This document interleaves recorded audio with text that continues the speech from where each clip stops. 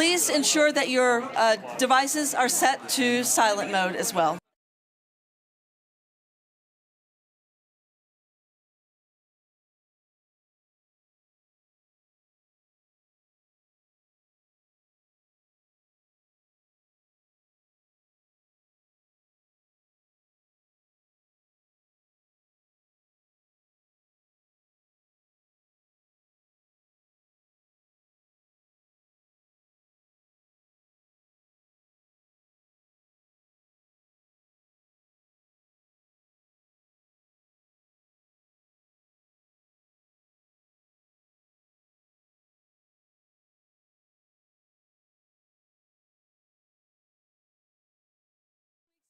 Event at Davos 2025, Aligning Agriculture with Global Climate Goals. Please join me in welcoming Amit Shah, Executive Vice President of Newsweek, to the stage for opening remarks.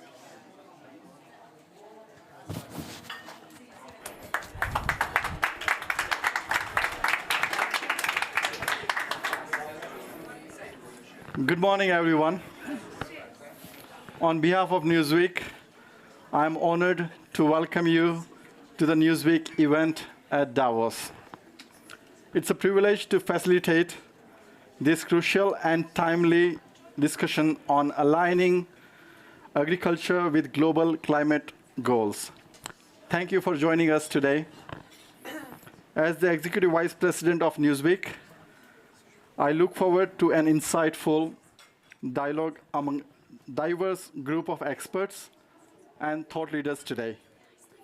As we know, agriculture plays a crucial role in our food system and significantly influences environmental sustainability and climate change.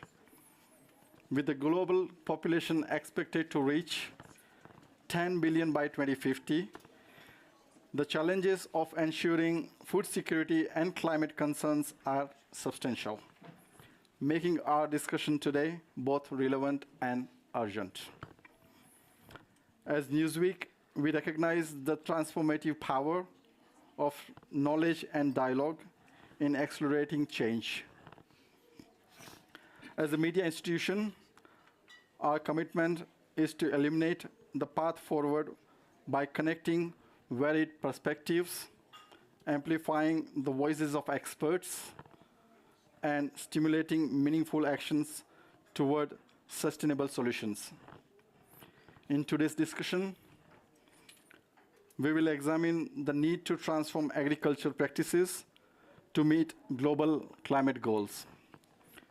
The agenda includes exploring sustainable farming innovations, the integration of the technology, relevant policy frameworks, and the socio-economic implications of these necessary changes. With that, together, I would like to thank AgroVision, our event sponsor, for their critical support to this global initiative. Let's strive for a future in which agriculture fulfills food needs and contributes positively to our planet's health. So, thank you once again for being here. We truly appreciate your participation. Thank you.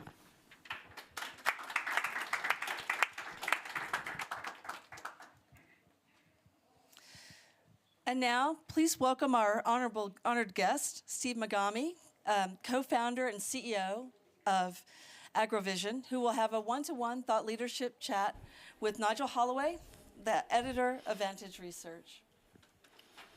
Steve, why don't you join me? Thank you. Where's my mic? It's okay? Yeah. Great.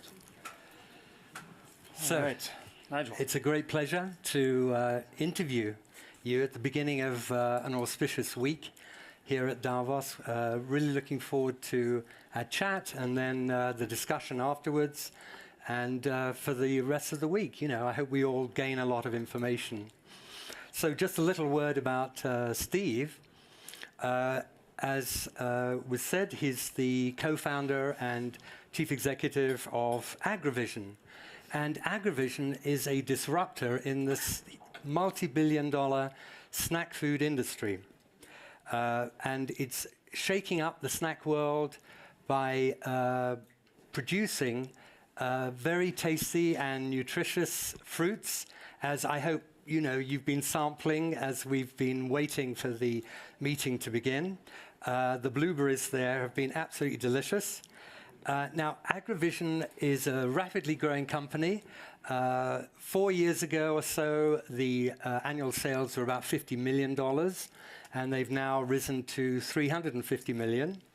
And it's a global leader in premium blueberries. And also something worth noting, one of the very first unicorns in the produce industry. Also, Steve has invested about $600 million through the company in plant and facilities in 8 countries around the world, and has the company's brand Fruitist can be found in supermarkets around the world. Before starting Agrivision, Steve was not a farmer. He was an investor in private equity and managed a $1 billion fund at Lovell Mimic Partners. So let's start the questions. Thanks, Nigel. How has Agrivision become so successful? And when you think about it, unicorns typically are in the tech space, not in food. Sure. So seems to be a universal truth in the thought that nutritious cannot be tasty and tasty cannot be nutritious. We had a different view of that. And we have, hopefully most of you have tried our product here. If you haven't, please take a clamshell or take a few blueberries. We've worked really hard to bring an inspirational eating experience to the produce aisle. And the demand is off the charts. We don't think we'll be able to fill the demand for a long time. We sell all over the world, and I can tell you where I'll save it till the end, where we sell our product, which retailers.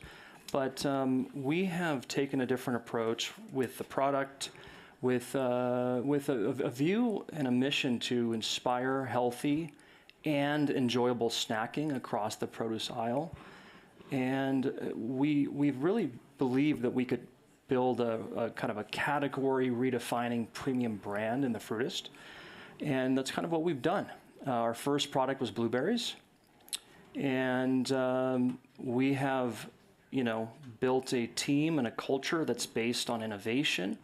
I've come at this, as you said, Nigel, from the private equity industry. I came at this with an outsider's mindset. My friends thought I was crazy to go into farming from private equity, but I think they're understanding that now, why I did this, and the vision that my co-founder and I had. So yeah, that's a little bit of the background. I can get into more of kind of the secret sauce. Yeah, and hopefully you can start, by talking more in detail in this question about how has demand grown so rapidly, and has it been a challenge to meet that demand as it's increased? Yeah, we don't think we will be able to meet the demand for this product here for a very long time. Maybe not at all. The demand and the consumption in just the U.S. market, for example, blueberries, not even of premium blueberries, but of blueberries, is driven by about 75% of consumption is driven by 6% of the population of the U.S. So we see a world where we can make this accessible, where we can make this available year-round, and quite frankly affordable to many more than 6% of the populations around the world. And so we're investing in greater availability through increasing scale across our geographic footprint around the world. We're investing in technology to be more efficient and to continue to elevate that eating experience and build that awareness for consumers to really get that inspiration that they can in fact snack on something both enjoyable and healthy. And so we're investing heavily across 8 countries. We are in the Americas: Chile, Peru, Mexico, the U.S., Northern Africa, Egypt, and Morocco, and then India and China. And we're expanding. We're preparing to expand across other countries around Asia and Africa as we speak. And so a lot of investment in the production assets, a lot of investment in cutting edge cold storage, optical sorting, and then the whole chain of tech and innovation to deliver consistently that eating experience. And there's a lot of AI now in the business. Can you talk a little more about, the innovative practices that you've adopted? So we have built this business with we built a value chain that's truly tech powered. And what I mean by that is we built this elite infrastructure that starts with kind of proprietary and premium,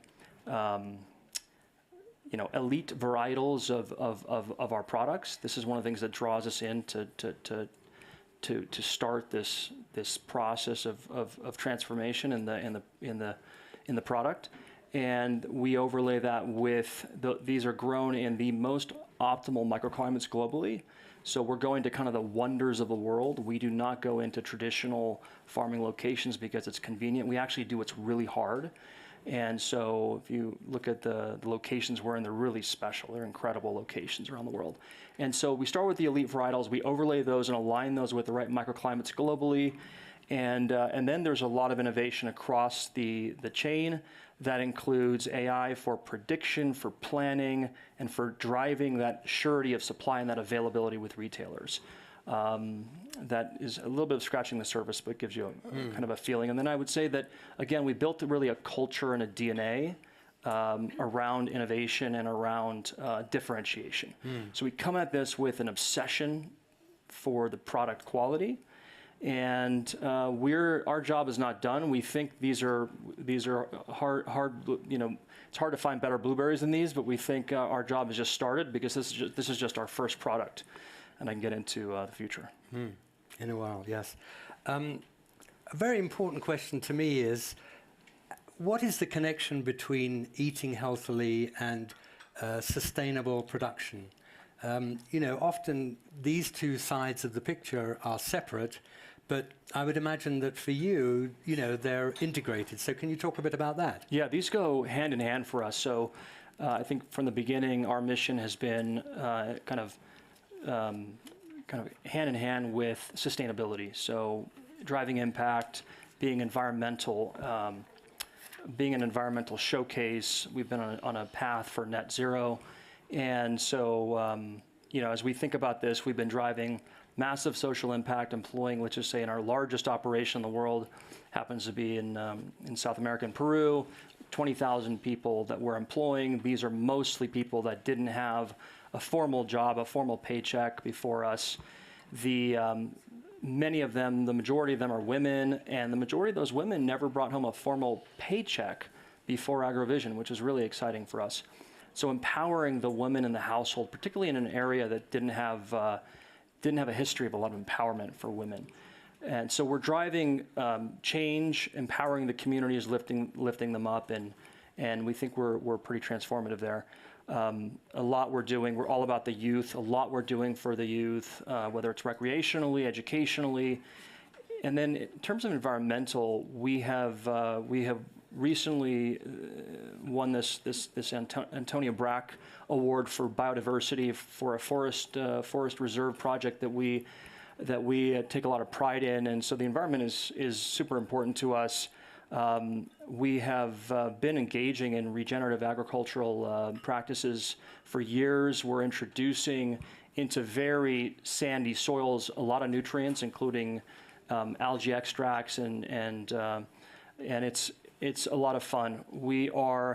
I would say, lastly, we align with the 11 of the 17 SDGs. And so while our job isn't done, we think it's been a good start. Are you planning to expand your product line? We are. Blueberries was our proof of concept for what we thought we could do with this model. And the platform that we have built, we've built this to really transform the berry basket. So we're now starting to scale up in the other berries. We recently announced an acquisition in Chile in the cherry industry. We've started to invest in some of the future kind of next generation elite varietals of cherries. I mean, think of cherries, the most crunchy and large cherries you could find that are beautiful and flavorful and fresh and have good shelf life. So it's a lot of fun. We're starting on the path down the rest of the fruit aisle with a focus though on berries and cherries. And so that's one core area of expansion for us. Another core area is technology. We're investing more and more now, building out our technology organization, investing more in AI, and really taking this to the next level of optimization of every single berry picked. We want that picked based on prediction of when the right time is. And so this is hard to do unless you are at scale, you own the value chain, and we're fortunate to be at this place now where we can take advantage of the technologies out there, and we can invest significant dollars across not only AI, but across automation, where it matters, and really continue driving that mission, but also driving that impact. And I would say the third area is probably brand. And so consumers need to know how to go back and get that experience, and how to go back and find that company, that brand that embodies not only the quality that they care about, the eating experience, but also the sustainability. So we're building the Fruitist brand, and those are some of the areas of future growth. On a personal note, what advice would you give to entrepreneurs thinking of entering the agricultural sector? Yeah, so I would say, we started with a problem, and the problem that we started with was, we called it berry roulette. It was a crapshoot when you went out to buy, and that goes for most produce products. It really is a crapshoot, and so we started with that. We started with this problem that what drove it was this disjointed value chain. In farming, traditionally, you have a disjointed chain between producers, between the R&D, between producers, between packers, between exporters, importers, distributors, finally a retailer. So you can imagine across this disjointed value chain, you can imagine how hard it is to control the quality. It's pretty hard to inspire, healthy snacking if you have that disjointed value chain. So we came at this from the opposite approach of building and owning the value chain in with very elite infrastructure that included some of the technology that I talked about. And so for entrepreneurs looking to get into agriculture, I'd say start with the problem, start with thinking about sustainability, start with thinking about impact, and try to produce something better, something that the world needs. The world doesn't need any more commodity agricultural products. The world needs to inspire healthier snacking and inspire healthier consumption. I mean, we have a recent study out of Europe where it found that kids in Spain, they found that 22% of snacks that kids in Spain ate were healthy. Only 22%. There's numbers in the U.S. of 1.1 trillion of cost on the U.S. health industry from health problems that we think we can help make an impact in from our products. And so these are just examples of what we're doing, what we care about. But I would say to entrepreneurs going into agriculture, try not to come at this from only from a passion for growing, but actually a greater impact and a greater mission. What are the trends in the food and agriculture industry that you see as being most exciting for the next 5 or 10 years? Yeah, I think clearly we're moving towards greater and greater transparency. I think that food safety, one of the areas that we are hyper-focused on is elevated food safety. When you control and you own the value chain like we do, it's a lot easier to control the quality of the food. It's a lot easier to be safe with the food.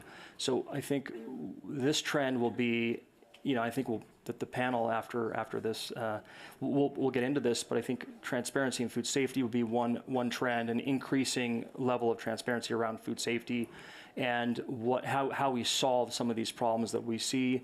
I think another trend will be the trend towards greater and greater use of technology. As we know, agricultural technologies have been a graveyard for venture capital investors. It's probably the single worst industry of VC investment in the last 10 years. And why is that? Well, we think that it's really hard. It's a slow to adopt industry. It's kind of a little bit of a considered like a sleepy industry and all that. And it seems to be the large successful companies developing technologies that are really being utilized. And so we think that in the future, the trends will need to be, and we're fortunate to attract some of the top technologists in the world, we need to come together. The technologists need to come together with the companies that actually can help commercialize those technologies. And so we think we'll see more of that. We have been commercializing super interesting technologies in, just one example would be in shelf life and freshness extension, right? And the companies, it's not a traditional VC kind of profile, right? A lot of VCs are looking for software type companies, apps, consumer brands, and this is a long cycle. These are long horizon investments that are needed, and that's hard when you're investing from a standpoint of a venture capitalist. AgriVision is about 12 years old, and I would say if you just look at us, it took a long time to build our foundation, and it was just in the last 12 months we've started to produce in Egypt, India, China, Oregon. We have really expanded rapidly in the last several years globally as we kind of set the foundations, but it took time. It took a lot of time, and a lot of these companies just don't have that staying power. They don't have the ability to, and today, the ability to raise capital as an ag tech company, as a venture stage ag tech company, is extremely challenged.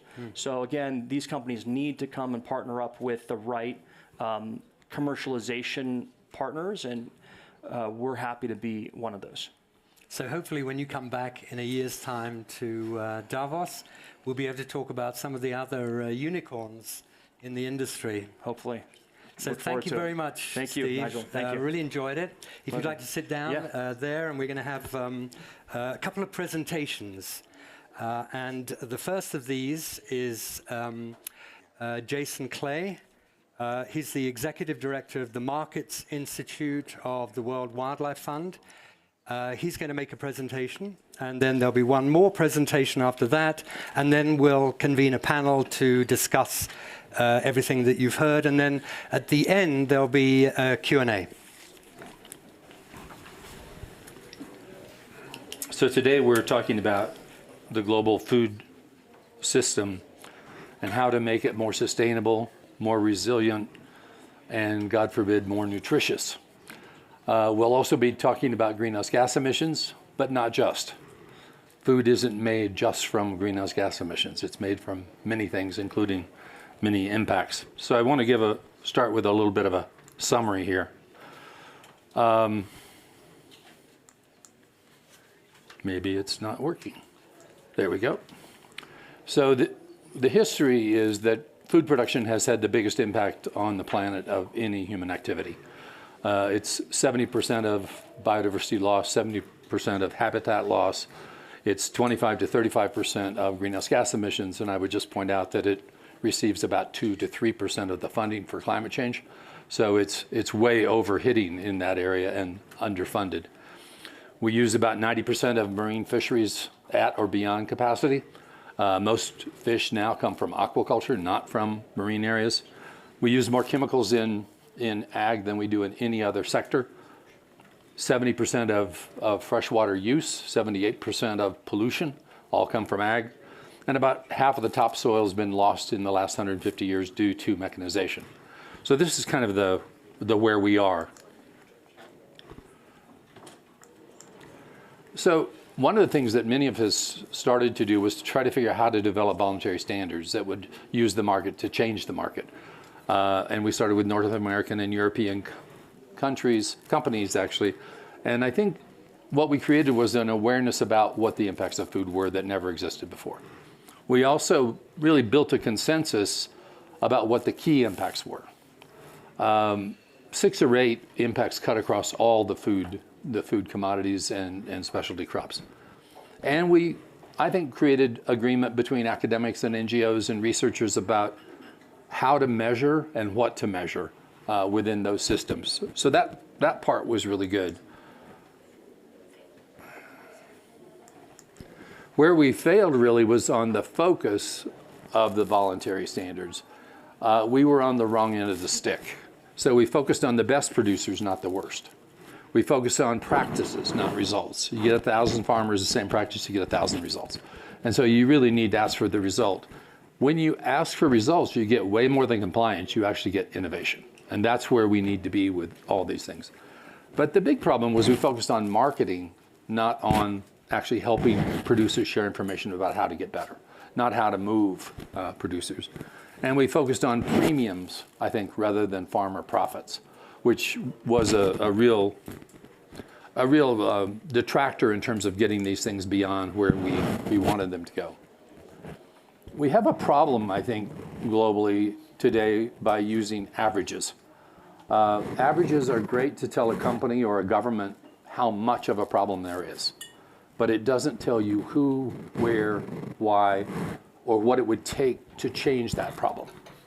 And that is exactly what we need to know.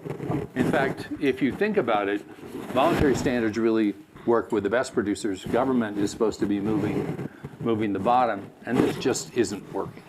So it's not just because there's no intent there, it's because we are not thinking about it. So we've done research on 10 different commodity systems, and what we have found is that there are, for each, there's 3 to 5 different production systems. And within one production system, between the best decile of producers and the poorest performing decile, there's a 10x difference on any of the impacts: greenhouse gas emissions, soil health, everything. But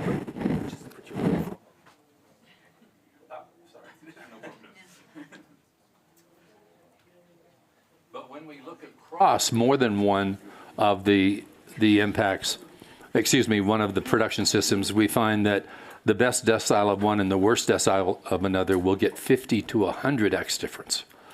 Now, using an average to solve those problems is not going to help. It's just swimming in a circle.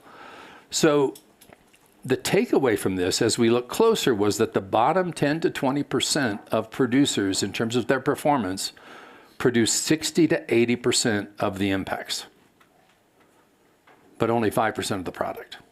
So if you can affect that 5% of the product and help those producers either get better, convert to something else, or get out of farming and find another way to make a living, you can actually improve phenomenally. And it's the only way we're going to get 60 to 80% reductions of any of the impacts, including greenhouse gas emissions. And that's what is expected of us: 60 to 80% reductions by 2050.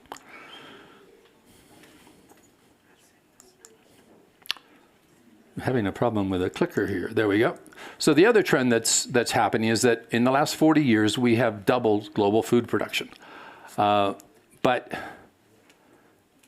in fact, in the same period of time, we've quadrupled trade. And that's not a bad thing.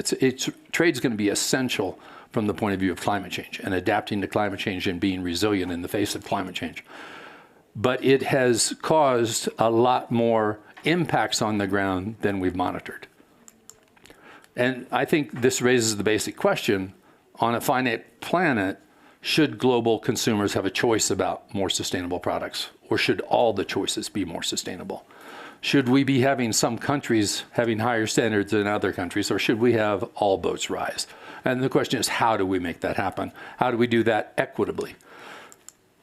So we have 2 market-based solutions that I'm looking at. One is Codex Planetarius, and that is a science-based minimum performance standard for the 6 most significant environmental impacts of producing globally traded food. The basic goal is to ensure that global food trade either maintains or increases the natural resource base, that it doesn't mine it. And for the last few decades, it's been mining it. And so we've got to turn that around. We're focused on the 6 impacts that we found to be the most significant in all the voluntary standards: habitat, biodiversity, soil health, water take. You can all have this slide, so you don't have to write it down. You can all have the whole talk. Water effluent and greenhouse gas emissions. These have been drafted by scientists, but unlike peer-reviewed journals, we don't just send it to 6 to 8 people. We're sending it to hundreds of scientists to review. And as they review and build consensus about the strategies to take forward, they become contributors to this, and they're all going to be listed. We're using the reviews to build consensus. That's going to be critical because we can't have India and China and Africa and Latin America, Brazil left out of this. It has to be for the world. We're undertaking 6 to 8 pilots over this year that would be focused on different commodities and different levels of development as exporters and importers, so that we can see what the implications are using kind of desktop studies right now. But we're encouraging governments to begin to do their own assessments with their own data. This is a government-to-government approach. So the precedent for Codex Planetarius is Codex Alimentarius. I don't know if you're aware of it or not, but it was a set of minimum health and safety and phytosanitary standards that were created for global food production, focused a lot on global trade initially. They were created by scientists. That became the WHO. They were handed off to the FAO. And basically, the governments that signed on, 18 originally, agreed to implement these standards. When the WTO embraced this standard as their health and safety standard for food, then 160 countries signed on. And that's hopefully what we're looking at. We hope it doesn't take 40 years, but you know, these things do take a while. So when it's launched and developed fully, it will provide common metrics for minimum performance and continuous improvement. So everybody will measure the same indicator for each of those impacts, and the metric will be on a sliding scale depending on your level of development, your comparative advantage or lack thereof, et cetera. But we're trying to create an escalator of continuous improvement here, where everybody is using apples to apples comparisons. Today we have apples to fruit salad. We can't deal with that. And then they're going to inform regulatory guidelines for governments to use, I think, as part of their trade agreements initially to experiment with this, and then hopefully to get it into the WTO. Going to provide global standards and data that inform trade and also provide transparency and traceability throughout the system, which we don't have today. Not on everything, just on those things that are the most important.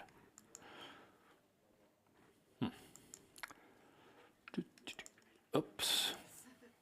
So the other market-based solution we're looking at, if you see Codex Planetarius, as many producers do, as a stick, this is the carrot. It's the 1% fund. And the goal of this is to create a market mechanism to generate funds to reduce key environmental impacts, actually cover the cost of externalities that aren't covered in global trade in the global food system while making it more sustainable and resilient. Initially, the focus is going to be on illegality and extreme impacts, but over time it will shift to become more resilient and then more nutritious and other things. But we got to deal with the biggest impacts to start with. The proposal is that would be a 1% fee on the FOB price or on exports, and it would be paid by consumers. It wouldn't be paid by producers. 100% of this money, though, would go back not to support the best producers, they're already good, but to move the bottom. And it would be used as grants. And it would only become a loan if it's not applied and used correctly. So then it would become a loan to the producer. So the types of activities that would be supported initially would be to eliminate habitat and biodiversity loss, to reforest areas for legal compliance, but also for ecological significance, to retire marginal lands, to obtain land titles A lot of people don't have land titles. They've existed in farm long before the governments came along. And to get the right licenses and permits, which prevents many people from exporting product. But eventually, we do want to invest in efficiency, BMPs, and resilience. And by BMPs, I don't mean best management practice. I mean better. Because whatever's better today won't be good enough tomorrow. So we've got to be thinking better all the time. Okay. Should I be pointing somewhere else? So creating the fund structure, we're looking to propose the structure and governance of the fund. It's got to be multilateral. It can't just be the country that receives the funds. It's got to be the countries that pay the fund. There's examples for this with ARPA and the Amazon Fund in Brazil and others where governments come together and manage funds. 5 commodities exported from Brazil alone, 1% of those, of the value of those in 2022 would be $750 million per year. That's the level that we're talking about. It's not huge, but it's sure not small. And it can be used to leverage other funds, which I think is what we also want to begin to look at, not just direct funding, but also either green or sustainable development bonds in the 30 to 40 year range where you can make bigger investments in longer term resilience. So Codex Planetarius and the 1% fund going forward are going to create awareness about strategies, we think, of how to use the markets to change markets. Governments and companies can't do this by themselves. We got to look at systemic approaches. Develop FAQs for common questions. Every time we have a meeting like this, questions come up we haven't thought about, so we develop answers to them and use that on the website. We're launching pilots for each project of each of these strategies, and we're socializing the two concepts. We're probably going to start with the 1% fund in Brazil because Lula has already made reference to this. And we're building support and recruiting ambassadors to support this, including former ambassadors to the WTO who can help us identify the governments that are the most interested, would be the most supportive, et cetera. And then just beginning to work more directly to hand this off to governments and multilaterals.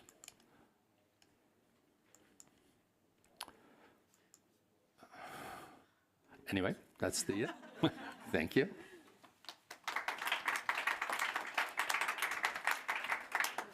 Thank you very much, Jason Hope you Clay. have good luck. And now I call on Naoko Ishii, who is a former CEO of Global Environment Fund, to give... Facility. Pardon? Global Environment Facility. Facility. Early morning. GEF. Yeah. Better known as GEF, probably, to give a presentation. Good morning to everyone. I hope you hear me, right? Okay. Yeah, I want to do 2 things in my next 7 minutes I was given. The first, I want to provide some data which basically supports that that Jason presented. It's more like a spillover impacts through mostly trade and food production, but it can go beyond. But the second, I also want to present a kind of, my own proposal, how we can really deal with the problem we are facing. So can you put the slide for me?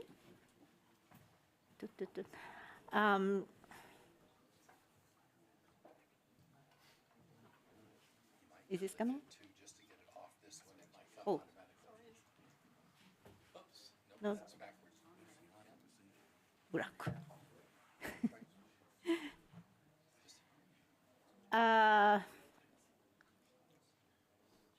Okay, what actually I'm trying to propose is that to see that which countries are producing a lot of negative impacts, but it's not only production countries, but also the demanding countries. So when we see that the food trade or even manufacturing goods, you can see that which countries produce negative impacts, but which country is demanding that negative impacts. So are we now ready to?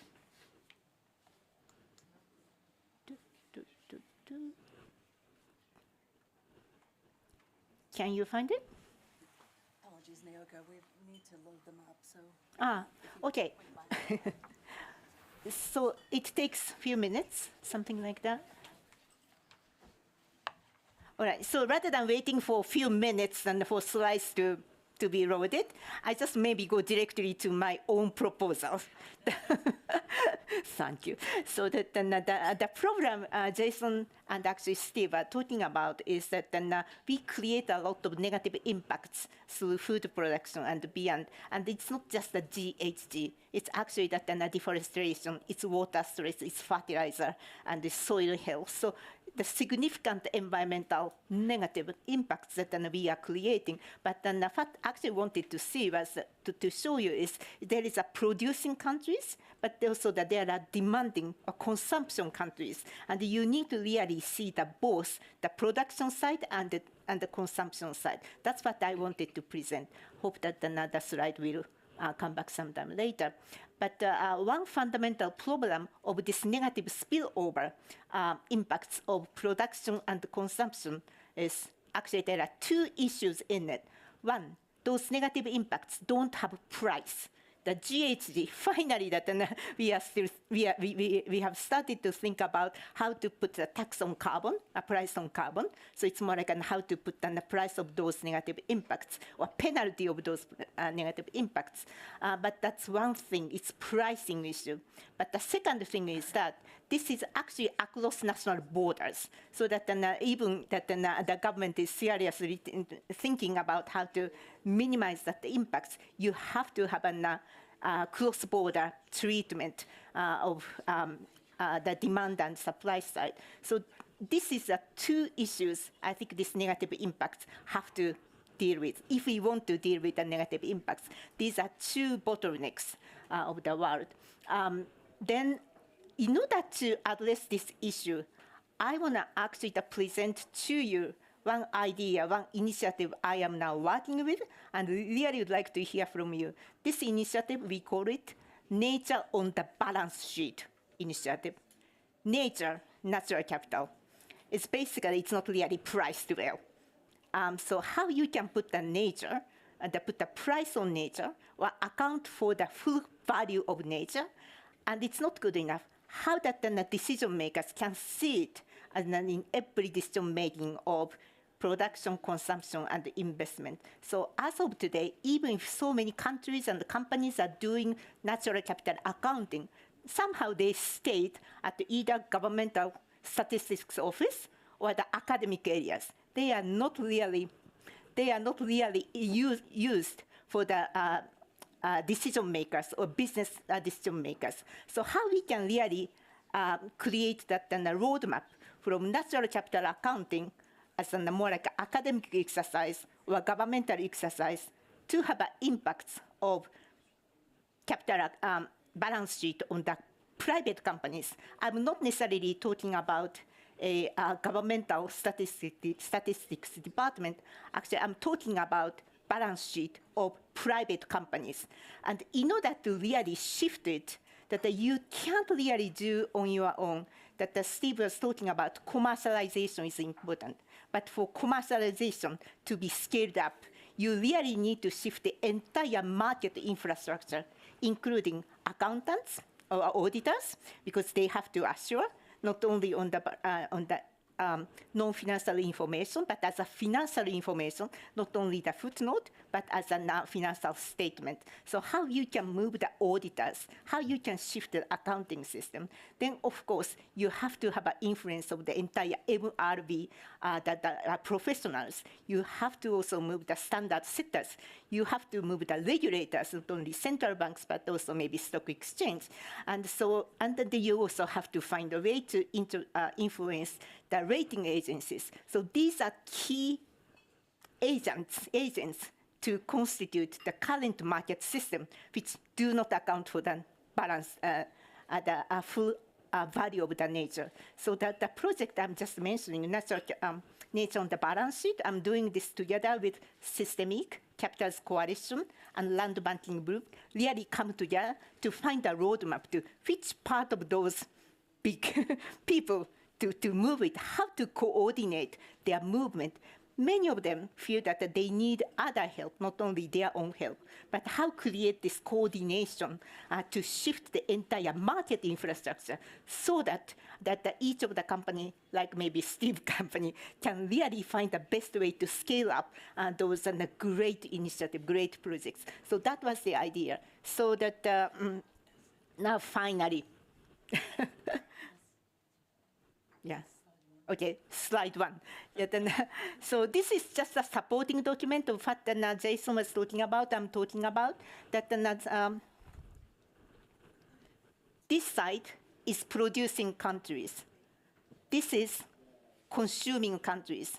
So you can see that, so this is the GHG emission. And yes, we all know that China is maybe the biggest country which produces the GHG emission, but who demands it, who consumes it? It's actually Europe and the USA and the rest of the world. So that if you really want to address some GHG emission thing, not only good enough to talk to China, we have to find also how to address that demand side. And this is another example. This is a deforestation. I think we all know that deforestation takes place in Brazil, and Canada, Indonesia, and but who is actually demanding this deforestation? It really goes to, again, that the entire consuming countries, including the USA and Europe. Japan is also responsible for that. So this is an example of the water stress. Again, we all know India, China are the major part of the stress, but who is demanding it? There are so many countries on this side. Maybe two more slides. And sorry.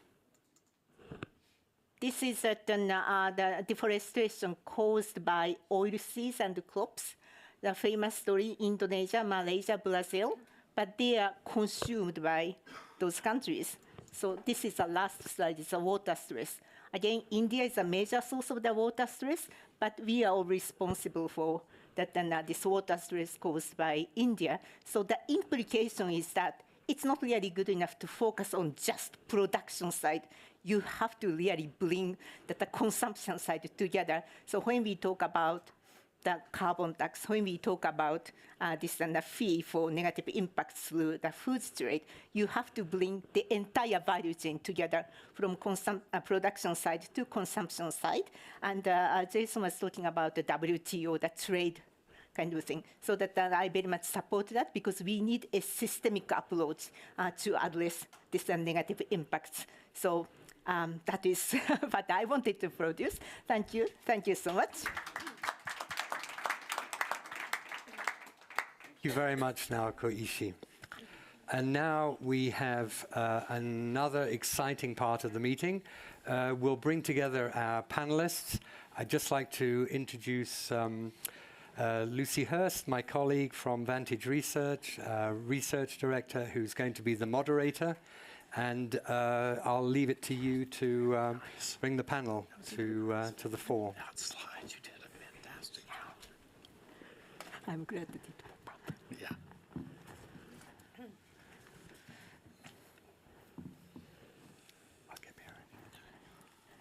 So, good morning, everyone. I'd like to at this time invite the panelists to come up and take a seat here in the front. Like this order? Yeah, do you want to? Okay. Which end are we going? The order is fine. Yeah. So, Jason, you are part of the panel. She no? wants me up Yeah. later. Yeah, you are on the panel. So the first thing I wanted to give everyone a chance to introduce themselves. We've got illustrious people here with us today. Steve, why don't you start? I know everyone's Sure, I met you spoke already. earlier, in case you weren't here, Steve Megami. I'm the co-founder and CEO of AgroVision, and it's a pleasure to be here with you. Hi, I'm Martin Frankel. I'm formerly the CEO of S&P Global Platts, the commodity information and price benchmarking company of S&P Global, on whose management committee I served. I'm a non-executive director of the London Metal Exchange and chair of the board of Pexapark, which is a provider of information in renewable energy. Jennifer.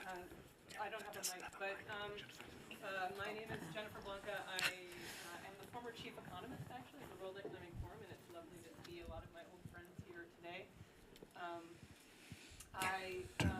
After leaving, so former chief economist of the World Economic Forum, and then I worked at the African Development Bank, and I was the vice president for agriculture, human and social development.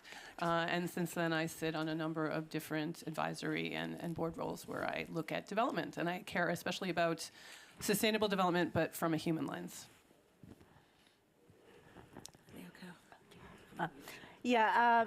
Former CEO of the GEF, Global Environment Facility, and now that inaugurating a founding director, Center for Global Commons at the University of Tokyo. Thank you. And Jason, I think you know me. I'm an anthropologist by training, focused on international agriculture. Was a farmer in a former life, and set up a trading company and bought and sold goods out of the rainforest. Charged a 5% environmental fee. Charged profit sharing on the downstream buyers, and it all worked out perfectly. Okay. So thank you all for joining us today. We're really thrilled to have you with us. What we're going to do now is let our panelists react somewhat to what the information that we've gotten from Jason and Ayoko. From their perspective, what does this mean? Is this possible? What are the headwinds? What are the tailwinds? So I wanted to start with you, Martin, to discuss how you think commodity trading practices align with global climate goals in general, and what a system like this might mean. Well, thank you. So I think there are a couple of points that one can make just looking across the commodity sector which are relevant to this discussion. One is that standards count, which may sound trivial and obvious, but they do change behavior, and possibly even more importantly than changing behavior, they change market signals and the way markets behave. And market signals are really important in all markets because in these really complex, as we've heard, agricultural markets, which are literally all around the world, which involve some really, really small actors in agricultural markets and some really, really big actors. If we're going to move standards, there needs to be market signals which affect behavior. So on the London Metal Exchange, on whose board I now sit, the exchange has, over the last several years, put in place a series of measures which mean that the metal which is deliverable into the exchange has to be certifiable in terms of its origin, and it has to be tracked through from the place of production. And that does have an impact on behavior. And the exchange has been able to, and has recently, consistently raise those standards over time.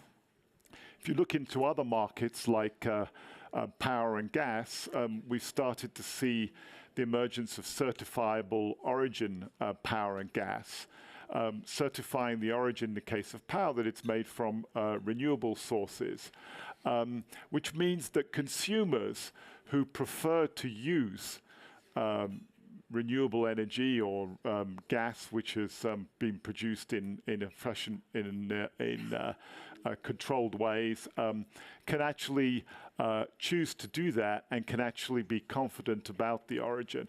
So that's when you start to see the market mechanisms taking place, because it means that those certifiable origin commodities can have different price points, either as premiums or, unlikely, but potentially in the future, discounts.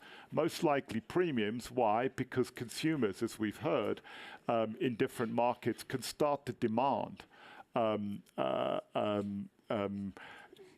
products which meet certain standards of renewability. And that will then feed its way down through the food chain, literally, if the market infrastructure reflects that. So I think these things are really important, and we've seen in other markets that they are implementable over a period of time. So what will be the challenges in agricultural markets and the proposals that we've heard today? I think one is, as both the previous speakers have mentioned, is that you see multiple atomized producers of agriculture, which means it's really, really difficult to influence many, many different producers. And it's also one of the problems in agriculture is going to be that most agricultural production is fungible and can be mixed with other sources of agriculture, which means it's going to be very difficult to track it through the food chain, through the supply chain, which is why I think sort of the initiative which you described, where you're doing it in going back all the way through the value chain, are very, very important. So I think that will be a challenge. Technology, as you've described, will help with that, and will help with it more and more. So I think these are the types of opportunities which exist. One last word about the 1% tax. I'm a little bit more skeptical personally about the 1% tax. Why? Because taxes at origin, I think, historically have not really had great success in markets. And one of the reasons that they haven't had great success is that they encourage cheating. and I'll leave it at that. Thank you. Well, I think you've hit on almost all the points about the market mechanism. We wanted to also ask you, what role do you see for carbon pricing or carbon credits in modifying commodity trading? Is it to support climate change? Well, carbon pricing, in my opinion, and of many others, is extremely important because the carbon issue is climate change issue is both extraordinarily complex, as has been discussed here in Davos over many years now, but actually at its roots pretty simple, right? The simple part is that it turns out that in the whole of the global energy system in particular, that there's an externality carbon, which we didn't price for many years because we thought it didn't matter. And it turns out that it matters a lot, and it's impacting climate change. So if you could put a price on the externality, you bring it into all the multiple decisions which people make every day all along the value chain. And where we have carbon pricing, particularly within the European Union, it has significantly affected the way markets operate. It's affected the use of different sources of energy, and it's affected trade flows around the world. So carbon pricing is extraordinarily important, and the extent to which we can bring it into the agricultural supply chain, that would be a big win, in my opinion. It's a big challenge as well. Why is it a big challenge? Because we've been talking about global carbon prices now for a number of years, and we don't have them. And the reality is, in the sort of the deglobalizing world that we have, and obviously today is the inauguration of the new administration in the US, which is likely to withdraw, as we know, from the COP process. But probably even more important than the withdrawal from the COP process, there's not the slightest chance in the world that the new administration, or indeed the previous administration, was going to give up any part of its energy policy to a globalized carbon price. And in effect, if you have a globalized carbon price, you're giving up part of your levers over energy policy making. And similar in China, that's been the case as well. The EU, I have to say, have been the good guys on this, and this is a British guy, not a Brexit British guy, but a British guy saying that. So that's the challenges with carbon pricing. So I think the reality probably is we're going to have carbon pricing in different geographies, but any carbon pricing that we can instill into the agricultural food chain will encourage the right behaviors, no question. Thank you, Martin. Excellent insights into both, the impact of these proposals and also carbon pricing. We have the primer on it now. Thank you very much. I wanted to turn next to Jennifer, Dr. Jennifer Blank. As you consider the developing country agricultural production and value chain versus that in developed countries, how can projects such as Codex Planetarius and the natural capital approach be used and be relevant? And I think this is working, yeah.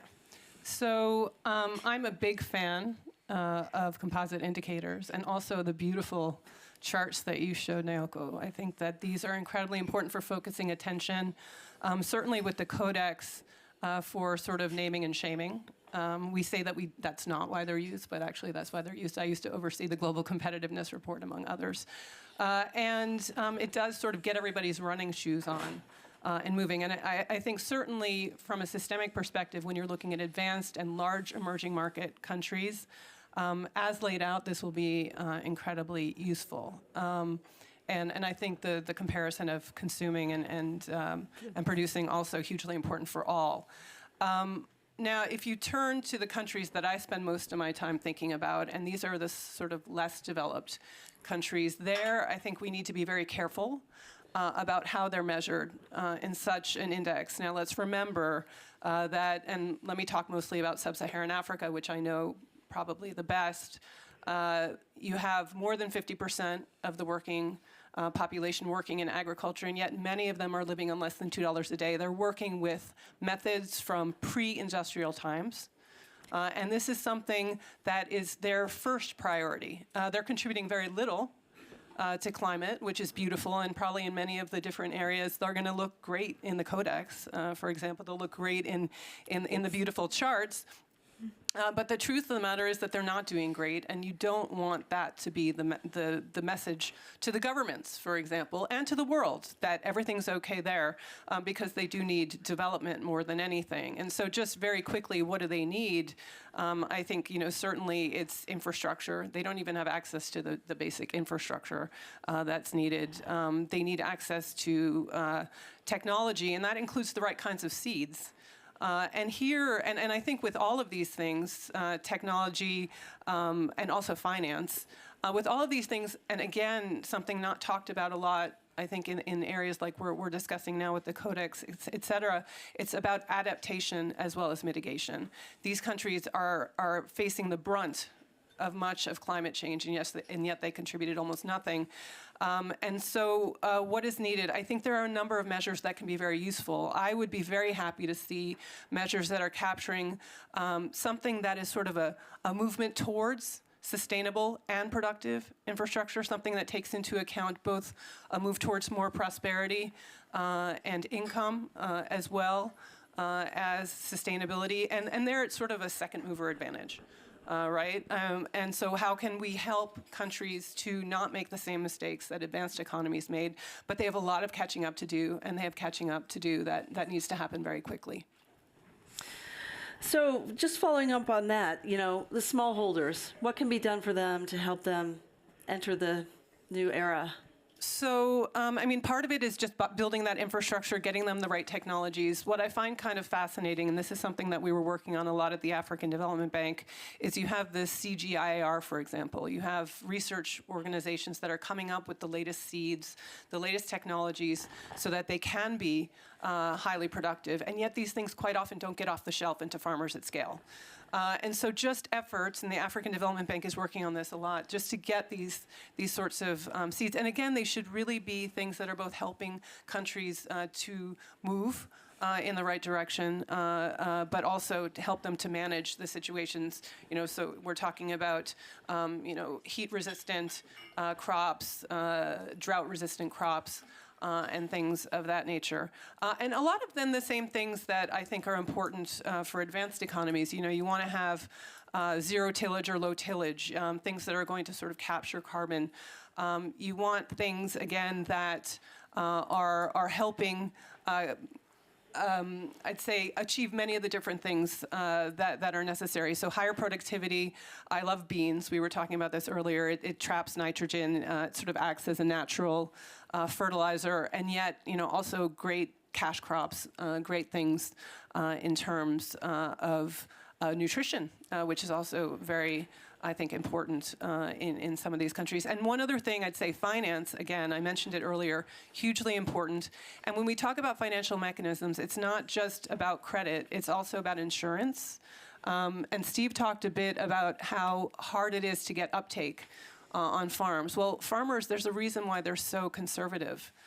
If they mess up, they have nothing, right? And if you're in Africa and they mess up, kids are out of school, they are going to have to eat their seed rather than plant it next year. And so there are a number of different mechanisms for getting both, sort of crop insurance, weather insurance, and also I used to sit on the board of ARC Limited, which is an insurance company that provides parametric insurance across certain areas of countries, which makes sure that the payout goes there really quickly. people don't pull the kids out of school. They don't eat their seed. They make sure that they're prepared for the next season. And just like social security safety nets are actually quite good for innovation, they're good for moving people around economies. It's the same thing, I think, in agriculture. We need to provide the sorts of mechanisms that are needed to allow for innovation when people have very, very little resources at their disposal. So with that, I think it could be extremely helpful. And just one final question. If there were any areas where a quick win could be made in this arena, what would you point to? So, so I used to sit on the Syngenta Foundation board, and we worked a lot with agro-entrepreneurs. People had like input centers, getting a lot of these products out and at scale to farmers in rural areas. And right now, of course, there's an impetus to make sure that those are sustainable. One of the things that we found as a quick win is to make sure that you have a lot of women who are these agro-entrepreneurs. Women by nature, sorry guys, I know that there's a lot of men who really care also about sustainability here, but we have found also, even when I did the risks report, that if you look at data and you separate it by women versus men, women by nature just are more concerned about the future, especially when you come to socioeconomic and environmental issues. And we find that women are very, very good caretakers of the land. And so if you could train up more women in order to be training the trainers, as well as the farmers, this could be super helpful. Yeah. And they comprise 90% of smallholder farmers. Yes, right? when you look at the farmer, she's a woman. Yeah. Thank you, Jennifer. Well, I wanted now to turn to Steve. We wanted to know, how would a system like the Codex impact your production and value chains in terms of standards? Would that be helpful, production and supply chain issues? So, again, because we are so focused on controlling the supply chain, controlling the value chain, controlling the quality, controlling food safety as one integrated chain, this is something that we think makes a lot of sense. And we could talk about things we have done, whether it's SMETA, we could talk about different certifications, or we've engaged in kind of the more difficult to obtain opportunities to demonstrate our commitment here. So we welcome this, and we think that probably there should be the right incentives in place for those well-positioned to take advantage, to commit, and then for others who are not well-positioned to position themselves and to make the right advances towards being able to comply with something like this. I see. So sort of a 1% solution Right. in that area. Well, we wanted to also speak to you. I know you're an entrepreneur in this space. What do you see as headwinds, for entrepreneurs in trying to become sustainable in their operations? Well, so agriculture, unfortunately, is not like tech. It doesn't produce a lot of winners for investors, and so, that is I'd say headwind number one is the capital availability is constrained, to say the least. And so I think, again, coming at this from a very thoughtful standpoint, as I think about Dr. Blake talking about Africa, I mean, there's so much opportunity in Africa. It's unbelievable. But it really does take, again, the right view, bringing together the right fundamentals, whether it's seed or whether it's more elite varietals with the right microclimates and getting governmental support for infrastructure. I have a vision for, there's areas in Africa that absolutely should have tens of thousands of, if not hundreds of thousands of people employed in higher value products in a sustainable way. And so I think this is all very much intertwined. Okay. And what is the role of innovation at AgriVision? Yeah. I think the role of innovation for us is to make an impact in global health and nutrition. That's number one, and to do it in a sustainable way. So what are the things that are going to help us get there? It's going to be continuing to invest in the R&D of the next generation of elite varietals. We see you try, hopefully everyone has tried our blueberries today. We see coming out with a more aromatic version of these, and then coming out with a really super sweet version of these, and then coming out with, different formats. So we want people to be snacking on these in all kinds of different occasions. We think we've reached now the inflection point where the product is so good that it no longer just needs to be sold in the produce aisle.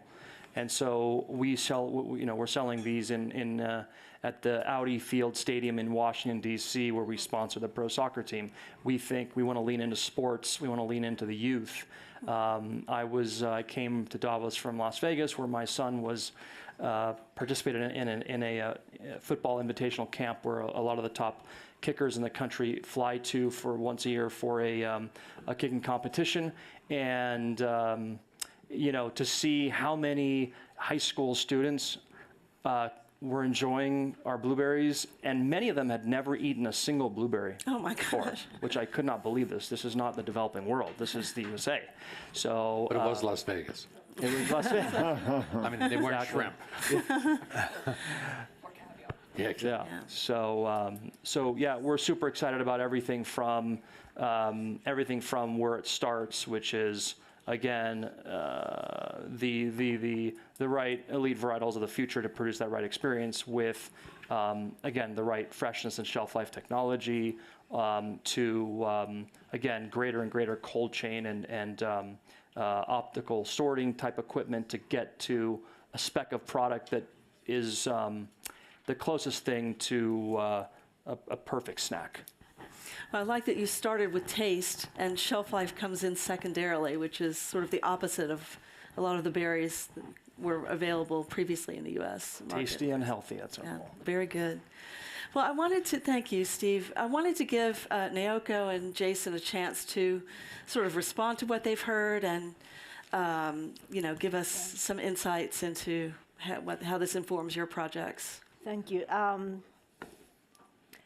It's so good to understand there are a lot of initiatives that an actual commercialization, that also proposal, and also a lot of great works that are done by MDBs. But we need to think why these don't really add up yet to the system level.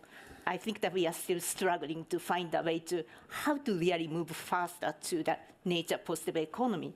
To me, the fundamental reason is that the current market system doesn't really take the natural capital as a capital. So we do something that's a risk-averse thing, or how to penalize the risk, but we really don't have a system how to reward that safeguarding the natural capital. So this is a fundamental problem to me. So you asked previously what's a quick win. To me, I really don't see much quick win yet. But unless we come together to find a kind of way to coordinate those market systems, I think I mentioned that the auditing, that the accounting, regulators, stock exchange, that the rating agencies, MRB, people, standard setters, unless they really come together to find who are the fast movers, how you can coordinate those and then move towards that, this new system, new economic system to account for the true value, not just the cost, but the true value of natural capital, so that I think that those great initiatives can scale up, that the stock exchange can take that the more of those investments. So that I think that's what the world needs to see, because I think we have been having this conversation for decades, if I may be honest. This is my 11th Davos, and I think we have been talking a lot about the same thing, if I be very honest. So that I think it's time for us to see that what's the fundamental problem we are facing. It's great to have a great projects here and there, but we need to find a way to how to systematically scale them up. And let's understand what's the source of the problem, and how we can really collectively address that the root cause. So that's my proposal. That's my Yes, and I know the natural capital and true cost approach has been around for some time. What do you see as scale accelerating? This is actually that the natural capital project and those things have been already 2 decades or longer at academic level. and some of the government have also started it, but they stay at the National Statistics Office or at the academic, that another platform. I think it's really the market and the economic decision makers, how you can really come together to understand, in order for you to, if you are the auditors, how to give the assurance that this will create the revenue, not just a nice thing to have, what you need from other participants of the economic system. How can we create this coordination roadmap so that the market participants can see the real value of natural capital as a revenue source, investment source, so that that's a thing that I think we need to do together. And then the initiative I mentioned, the nature of the balance sheet is really trying to coordinate those fast movers who are crazy, that ambitious people in the market system, how to come together to create the roadmap. To me, that's the only way to break this systemic. Right. Yes, and please, Jennifer. To add one thing to what Naoko was saying that I think is really powerful, I know the Asian Infrastructure Investment Bank has been doing some really interesting work lately on nature as infrastructure, because we've forgotten that nature is infrastructure. The rivers were our first sort of transportation mechanisms, right? And so maybe for those where it's difficult for them to get their head around, oh, this is kind of tree-hugging stuff, actually to think this is part of our infrastructure. Yeah, nature as an infrastructure, exactly. And who are the beneficiaries of this new system? It's a smallholder farmers, indigenous community, the forest community people who have been doing the safeguarding the natural capital for free for years. And once that we are able to shift the market mechanism, these are the ones who receive the benefit from the market. I think that's the kind of good way to think about North-South challenge the world is facing. Interesting. Martin, did you have a comment? Yeah, I think why has the problem been around for decades, as you say? I mean, I'm a humble guy, and I think if something's around for decades, probably because it's hard to solve, right?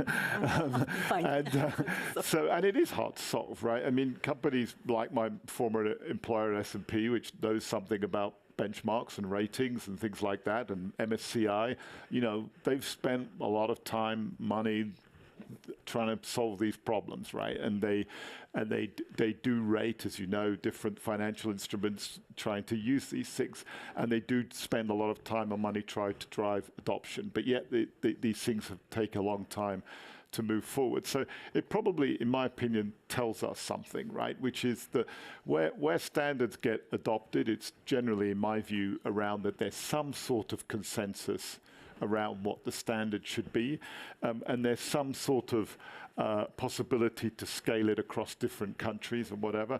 And I think that, when you talk about nature capital things, it's just really hard to measure, right? It's really hard to gain that type of consensus. So personally, I think that part of the way forward is to be cognizant of that and to say, well, what are the steps forward that we can take?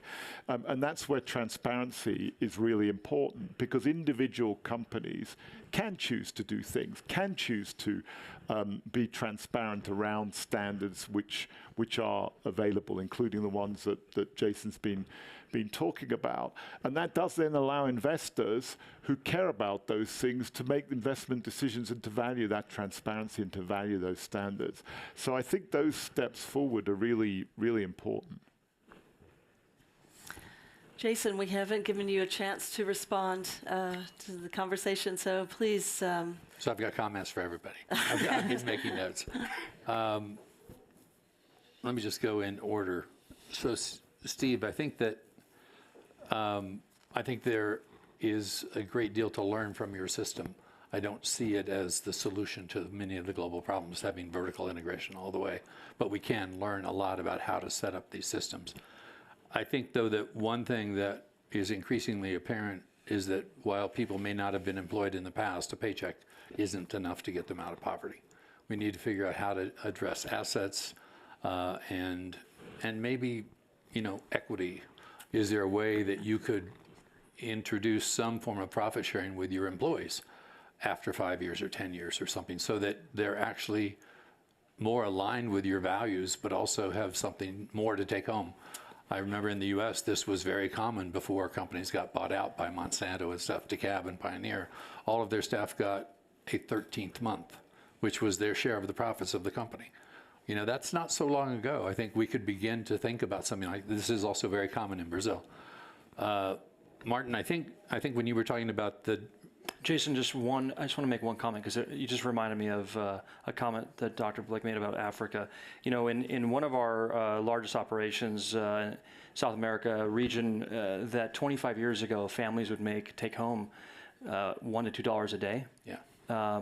Families that work for us now are taking home $40 a day at a minimum. And those who are let's say, with performance are taking home 100 plus. And so I think we have come a long way. I appreciate your comment, though, Jason, that more can be probably done. We got to work towards it. Yeah, we did a nut shelling factory in Brazil that was generated 400 new jobs in a state and 10,000 people who collected Brazil nuts got paid 3 times as much money. And they took over politics in that state for 25 years. And that's the kind of thing that can begin to develop when people have more income. They actually vote for it, you know, in a way that they never did in the past. Anyway, Martin, when you were talking about tracking metals, I think that is the issue about the metals exchange, though, is that they track metals, not ore, not all the way back to the land, which is where the impacts are. And so that's what makes food 10 times or 100 times more complicated. Right. But I think that what you've learned there is kind of like what we've learned with blockchain. As long as there's good data, you can actually track it all. But where the data is really important, I would say the first mile from the producer to the aggregator, that's where it's missing. And that's what we need to work on. And there are reasons we've talked about before between traders and others who don't necessarily want to make some information public. On the Jennifer, there's, I think, 3 or 4 things that came to mind when you were talking. One is WWF and Mars and some others have been working on African orphan crops and neglected crops and African Plant Breeders Association.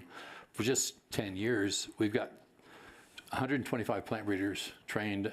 We've mapped 80 of the 100 most important kind of non-commercial food crops that are important for household gardens. The genomes are mapped, put in the public domain. Nobody can patent them. The plant breeders have been trained in genetic engineering, and we've got 30 new varieties out. Well, why not set up a program to help women produce cuttings and seed from those all over the African continent? That would be a better income than simply growing crops. You could do it closer to cities, so you start providing these crops into cities as nostalgia foods for all the people that are now joining cities in Africa. Nostalgia food is what they are really going to want to buy.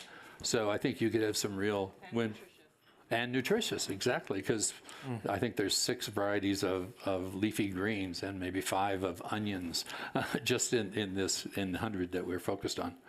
But I think we need to also think of private sector connections like Tetra Pak.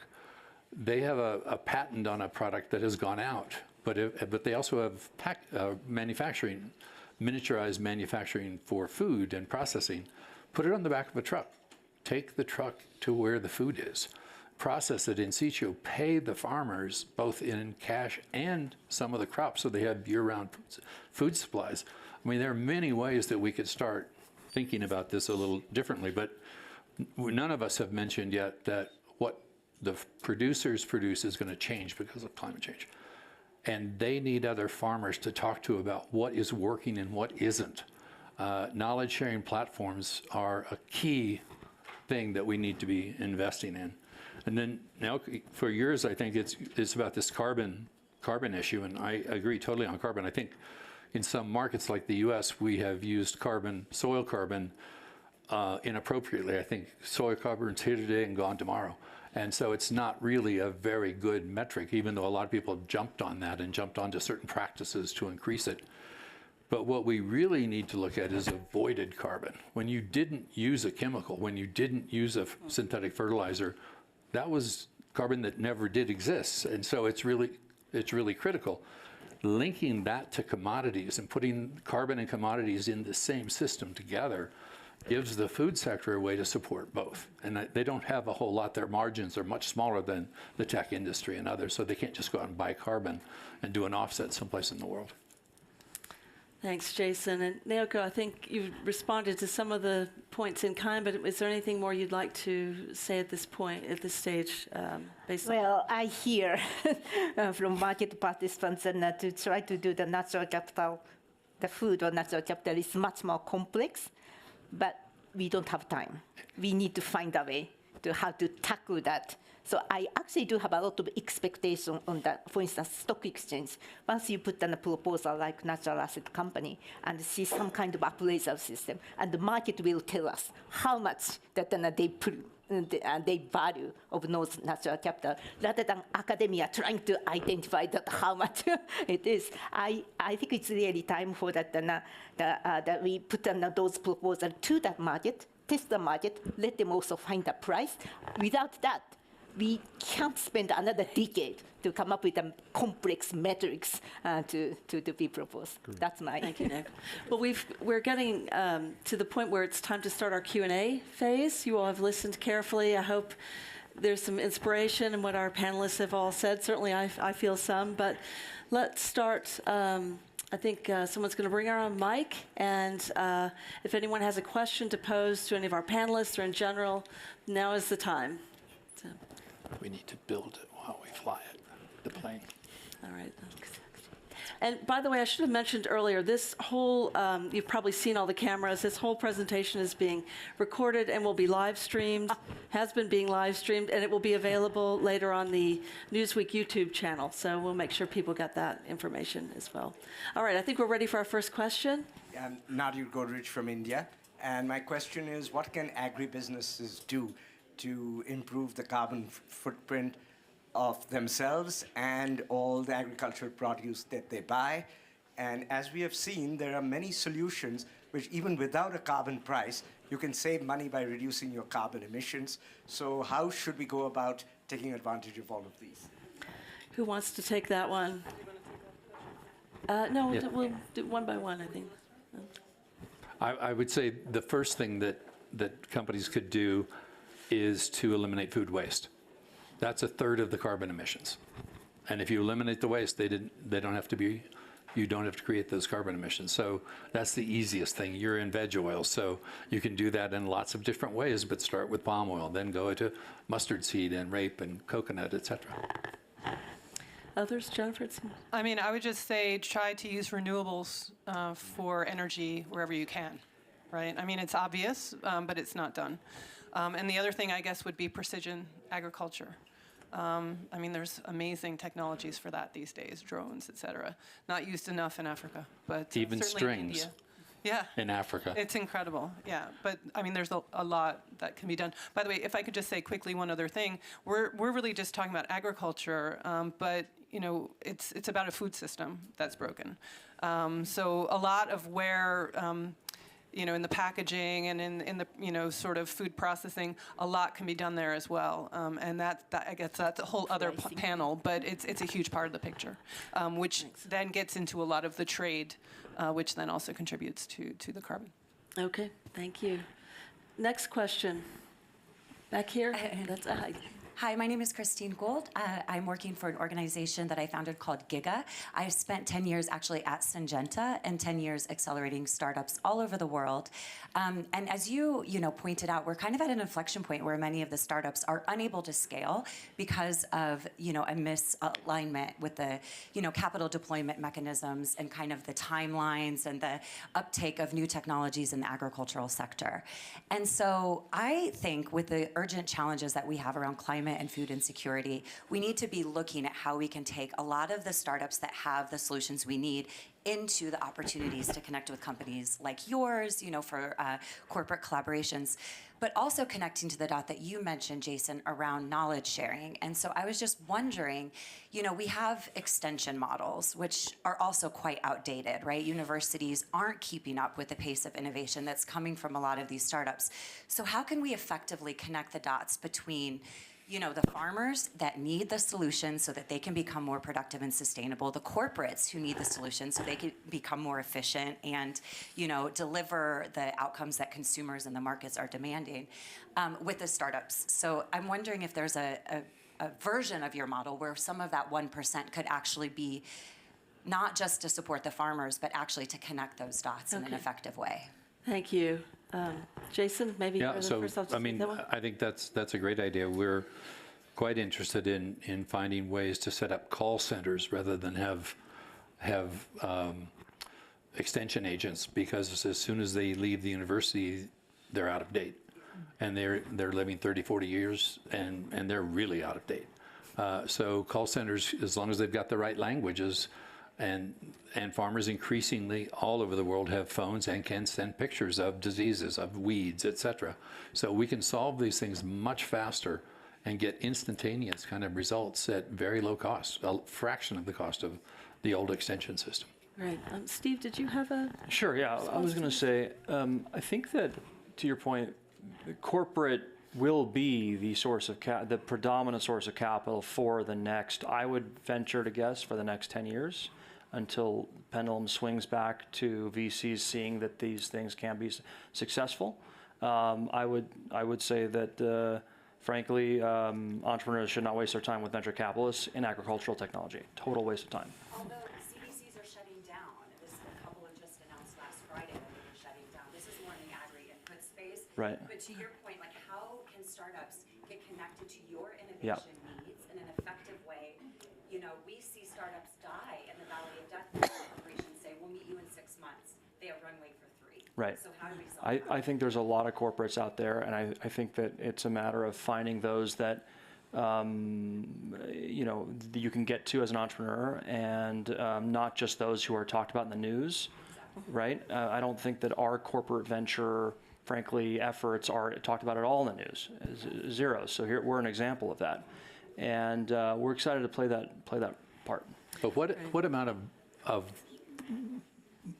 gains would we have made if all of the money spent on alt proteins, which have, let's just say, not quite done what they were expected to do, to put it very beneficially?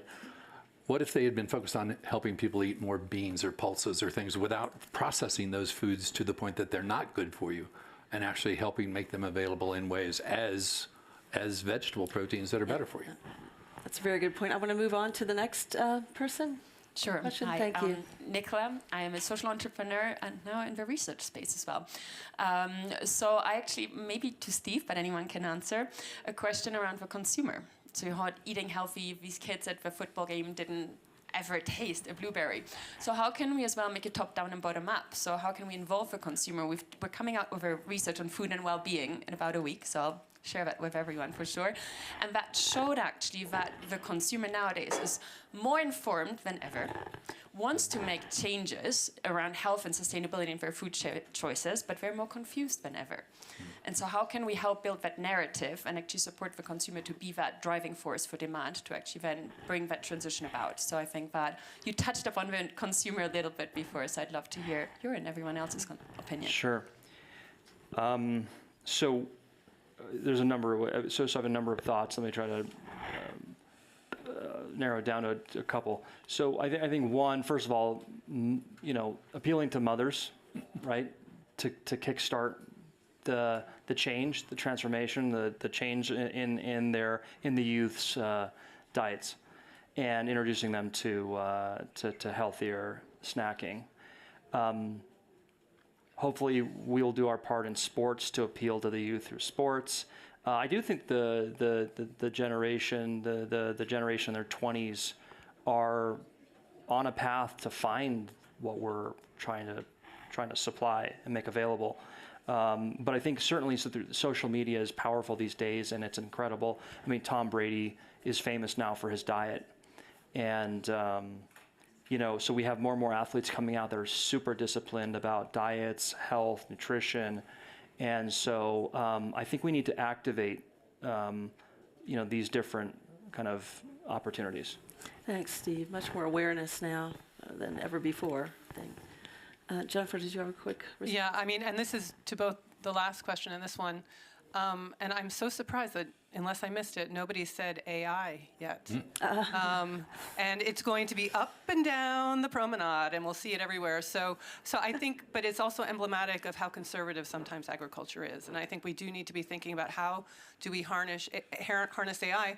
You were talking about, I mean, is there a bot that could be providing the links? You know, I mean, is there a bot that can go on the social media? And so we can fight back, you know, against some of the negative stuff with the positive stuff. I think we need to be thoughtful, though, about whether we're targeting the top 2 billion people in the food pyramid in the world or the bottom 2 billion. Our goal is to try to make sure that whatever people eat is produced more sustainably, period. Yeah, Full stop. sometimes actually I really want to use this consumer power, but then according to our own survey, people who are not necessarily rich are not really interested in purchasing or paying more for sustainably labeled food. I think that's the reality. And that's why I'm pushing more like a market, regulation, the system, or either taxation or the penalty or reward by system. I think there is a limitation of just relying on the goodwill Yes. of the world. Thank you, Naoka. I think we have time for one more question. Hi, thank you for this very interesting discussion. My name is Shantanu. I'm the founder of Mati Carbon. We're scaling an innovative solution in smallholder global south agriculture, where we allow for the smallholders' income to increase without them costing anything more. And we do that through subsidies of carbon removal or insetting. Now, as we are doing that and scaling that in global south in Tanzania, Zambia, and places like that, we're trying to get our produce to sell to corporates, as you're rightly saying that the funding is just not available. Carbon credits as well as a limited resource. So the large market scale-up is only possible if the buying supply chains start paying premium for carbon neutral or carbon negative produce and for insetting these kind of sustainable pathways. Now, I have talked to a bunch of corporates, and you might have insights as well. The sustainability divisions are greatly helpful. I want to talk about this and love We the might idea. need to, if you could just get to the question, finished. please. We're sort of running second. short on time. But the procurement departments don't want to pay any premium. What are your thoughts on that being changing, and how does that change? Thanks. Well, I think it's a common question or problem. I think there are a few important topics. I mean, this is very much like voluntary carbon offsets, right? So I think, as you probably are aware, voluntary carbon markets have had quite a lot of challenges over the last few years in terms of enforceability and reliability of the credits. So I think that your ability to demonstrate that the projects are real is important. I think the other part of that is that a lot of corporates are crying out, actually, for projects which can demonstrate that they are meeting commitments that they've made, coming back to the earlier discussion that they've made publicly in terms of what they're going to do in terms of their carbon footprint. So they are calling out for projects, and very often they're calling out for projects at scale. So there can be a mismatch between the size of the projects that you're involved in and the types of projects which move the dial for big corporates. So that, I think, is a topic, but I think that meeting of aims, as it were, is possible and indeed important. There are now also mechanisms to do it. So there's a company, you may have come across it, called Expansive, Xpansiv, which is sort of set up like effectively an exchange or a brokerage to match up voluntary carbon projects with corporate buyers of carbon credits, and that's to meet exactly that type of a problem. Thanks, Martin, and thank you for the questions. We want to give you some time to network a bit before we lose the room. So what I wanted to do now was ask all of our panelists just there was one thing you wanted people to remember from this discussion. Someone asked them on the promenade, what was that about, or what did you learn from that? I would like everyone to just give one statement then. Well, the most important question that was not asked was, where can we find the fruitest blueberries? That would be Costco globally, Marks and Spencer's in the UK, Carrefour, and other Whole Foods, Trader Joe's in the US. No, but I think that I think from my standpoint, this has been excellent. I don't know where I'd start. Martin. Well, I think there is a prior question, which is, do you like blueberries? Right? So I can answer yes, I do. So I'll ask, put up the next point, which is I think we've seen the complexity of this whole topic, right? So the topic is extraordinarily complex. There are many parts to it. So my own view is we look for steps forward. We don't try and solve all the problems. And I think we should feel confident that over the last decade, we have taken steps forward, and that's an encouragement. By the way, just real quick, we had a consumer that wrote to us in the US that said, your blueberries are amazing, yada, yada, yada. By the way, only a psychopath wouldn't like blueberries. Literally answer the question right. She wrote that. All right. Jennifer, what do you want people to take away? I mean, I would just say, you know, in all of the discussion, and climate is definitely, and everything green is hugely prevalent in the sort of public discourse right now. Not to forget the human in that. You know, all the financing that we don't have in climate, we have even less in human development. So just to be sure that when we're talking about sustainable development, it's development, human development as well as done in an environmentally sustainable way. I think our prime target is not the chief sustainability officer. It's more like a chief either procurement officer or chief finance officer. And that's where the gap is. And what I'm talking about this Nature on the Balance Sheet project is how to close that gap so that CFO can make an investment decision based on the natural capital data. But it's not just accounting on the non-balance sheet. It's more like how to put it on the balance sheet as a real money producer. Yes, That's what I really would like to invite you to be a part of that initiative. And finally, Jason, what's one thing you want people to take away? Two things. One is that we need to realize that we have to build the plane while we fly it. We can't wait for everything to be perfect before we start making any changes. And the second is that we need to listen more than we talk, because we got to find out why there is resistance, and then develop the best answers to that and engage with those resistant, often procurement. We worked with 70 of the 100 largest global food companies, and we found that we could get to our points if we listened to them. And it's just, we have to be patient. We have to help. Anyway. Thank you. I think the panel deserves a round of applause. They've certainly given me food for thought, and great way to start.